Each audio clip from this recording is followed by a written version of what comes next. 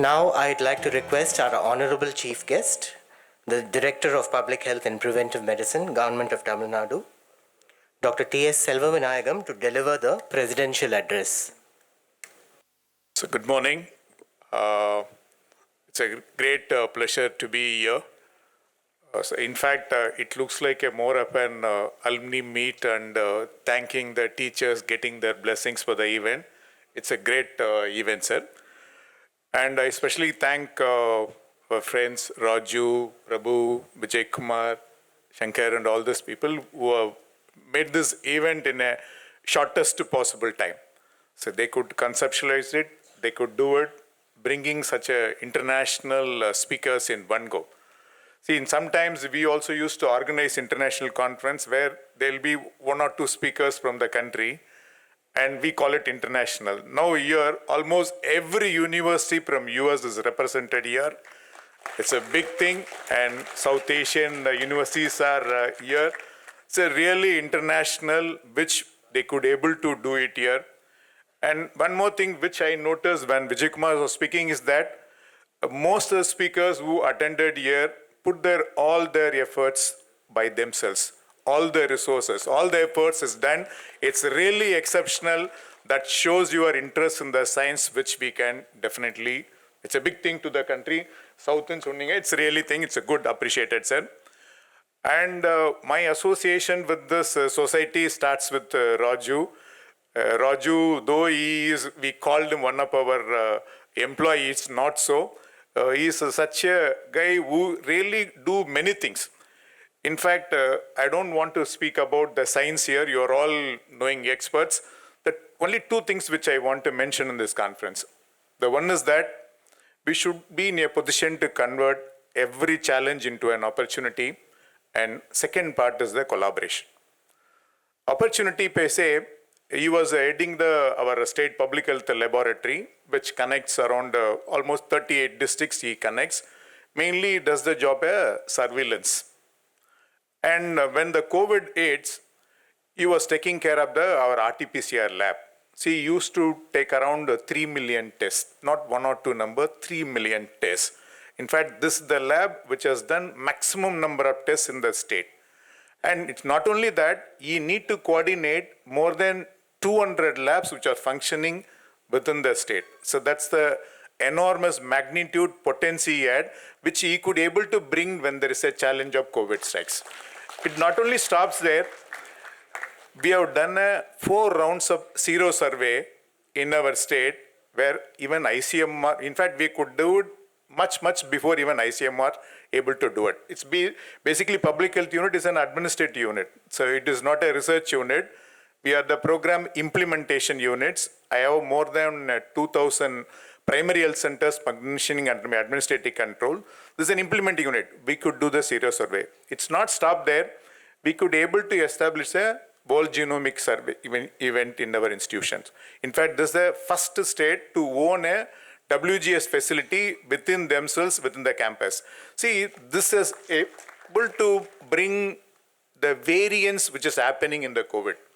See, the big advantage with us is that most of the research institutions, they can do what they can do within the campus. But we have a big advantage of linking it with the epidemiology. The clinical features, the impact which it creates in the community, we could able to link this. So this is a big advantage, we could do it. And with this only, as he mentioned in the beginning, he could able to come out with more than 12 to 13 international journals documentation in a short period of 1 year. See, this one more thing is he could able to do this mainly because of the cooperation, support done by each and every one of you. See, I remember still Vijay Kumar, you could able to bring most of the experts. See, when you've done a zero survey, we couldn't document it properly. When we could do a variant analysis of the most of the COVID, they are the people who could able to document. So the point here is that when there is a challenge, we can definitely convert into an opportunity. And with this collaboration and cooperation, we can very well reach the level you want to do it.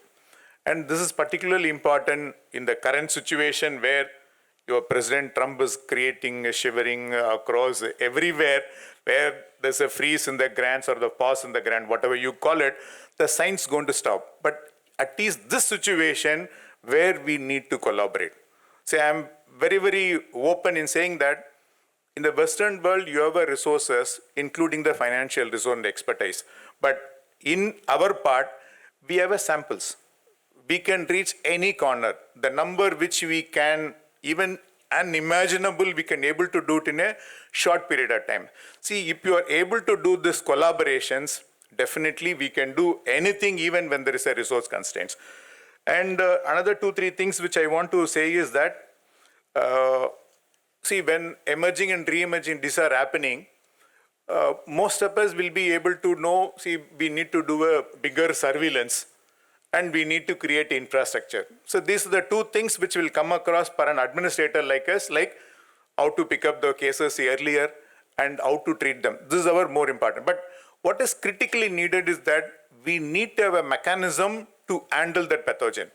See, this is where the research by your core research people like is very much essential, where we need to pick up how we can pick up those things earlier. What is the really quicker diagnostic kits which you can come out? What is the intervention? Either it could be a drug or a immunization, how quickly can you establish? So this needs a core research team where people like you from the microbiology background is definitely able to make a big advantage. This is one thing. Second, when things are happening, what I call it as the current situation, it's morely about One Health and climatic change. So this got a huge impact, and definitely we need to work with multiple partners. So it's no more either it is a science or from the health, but we need to work with different agencies, because even from the COVID time, we'll understand that it is not only the health problem the public is facing. Health is getting affected, your mental health is becoming deteriorated, non-communicable diseases are getting aggravated, but beyond this, your economic challenges, your social challenges, the impact which it created on the education system is much, much bigger than what is the health issue. So definitely when the things like One Health, climatic changes are having impact, this is a challenge, but at the same time, the opportunity is that the multiple players are now willing to support you. See, because they understand the value of the health. See, unless and otherwise they also take the corrective steps, their business, their trade will not sustain. So this is the opportunity which we need to do it. And finally, the AMR, which is very close to your subject, definitely you will all handle it. This, we call it as a big catastrophe. Anytime it may happen. But the 2-3 things which we can do it. We can do a surveillance, we can able to pick up those cases earlier. And also, we need to intervene in such a way that the antibiotics are still made workable, and the so-called the pathogens are still made to kill it. So definitely the variations within the way in which your bacteria or virus acting will definitely give a leverage in which you can scientifically deactivate the pathogens. That is the ultimate. See, picking up the AMR is not a solution. The solution which you people are going to give it is much, much important. And I hope with this collaboration and support from each and every one of you, you will do it. Best wishes. Thank you very much for the opportunity. Thank you. Now we will move on to the felicitation of our distinguished speakers. I would like to request our Honorable Chief Guest, Dr. Selvavinayagam, to honor 5 of our distinguished speakers. Dr. Rafiq Sekali,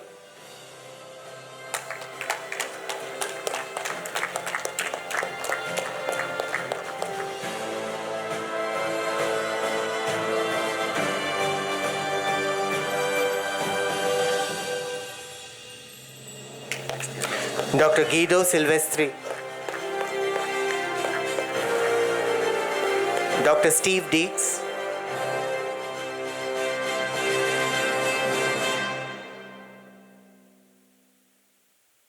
Dr. Francois Willinger,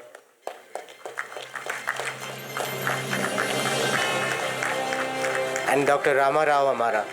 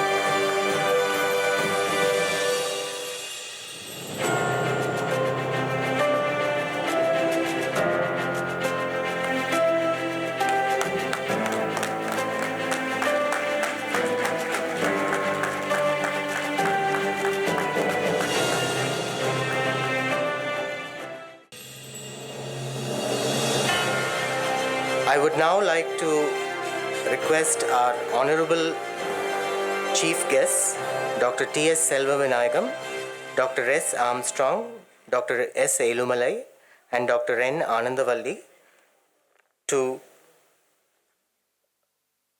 help us release the iCER ID 2025 souvenir.